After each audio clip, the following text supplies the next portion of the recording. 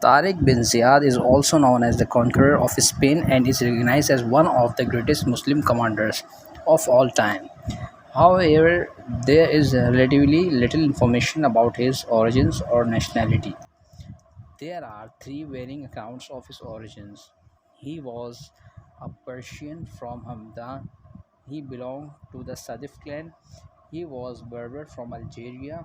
Spanish and Arab historians believe he was a slave of the Emir of North Africa. Musa bin Nusayr also his descendants dispute this claim.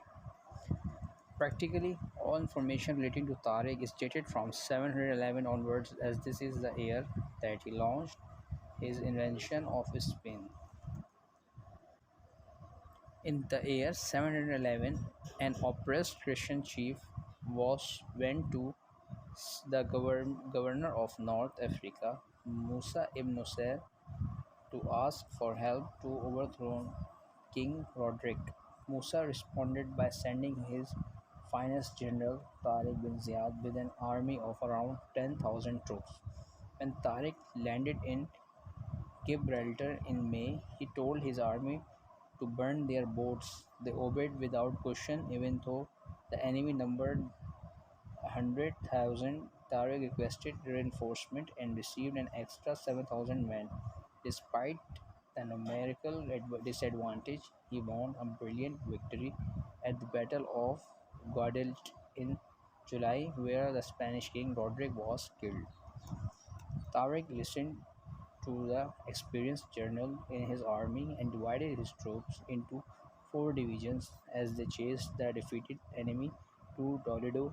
They soon conquered Cordoba, Granada, Toledo, Guadalajara. When Musa heard about the success, he traveled to Spain with an army of 18,000 men in 712. Together, the two generals conquered approximately two-thirds of the uh, Saragossa, Barcelona, and Portugal were quickly taken. The Muslim army even made its way to France and conquered Lyon. It was the beginning of Muslim rule in Spain until 1492. Hispania fared well as a conquered state by all accounts. The Muslims apparently did not confiscate estates or properties and imposed a system of taxation that was eventually modeled by the West. Serfdom was abolished and a system of fair wages was introduced.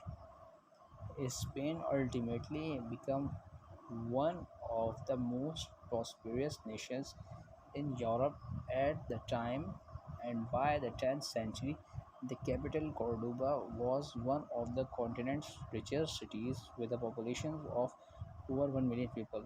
So this was the history about Tariq bin Ziyad, that he conquered many lands as he was a Muslim leader. Uh, but now we will talk about conclusion.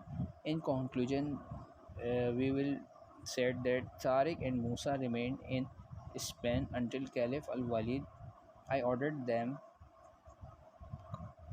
back to Damascus in 714, where they were honored. However, the Caliph was near his death and passed away in 715.